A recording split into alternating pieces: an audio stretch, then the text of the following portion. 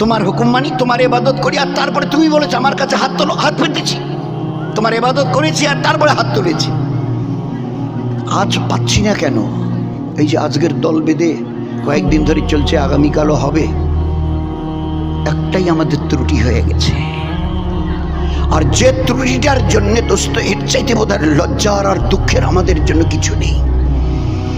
High রোডের উপর দিয়ে করতে হবে, দিতে হবে, এটাকে উঠাতে হবে, তুলতে হবে।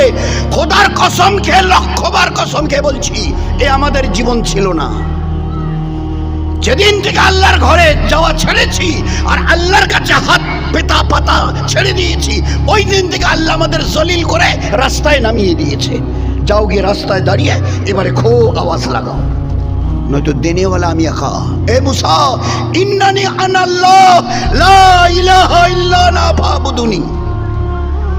মানতে যদি হয়, ওবিডিয়েন্ট যদি হতে হয়, আমার হও।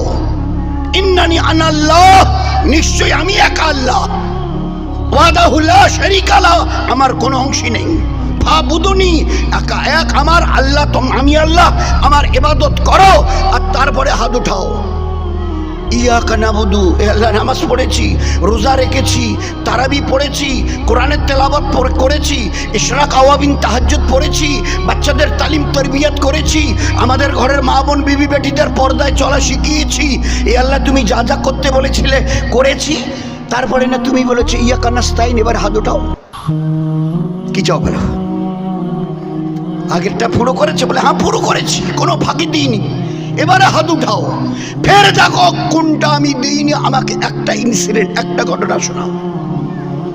দরিয়ার সামনে দাঁড়িয়ে বলেছিল, আল্লাহ তোমার নাফরমানি কাকে বলে আমরা জানি না, এই দরিয়ার উপর দিয়ে আমাদের ঘোড়া যাবে, দরিয়ার উপর দিয়ে, পানির উপর দিয়ে যাবে, আমাদের একটা ঘোড়ার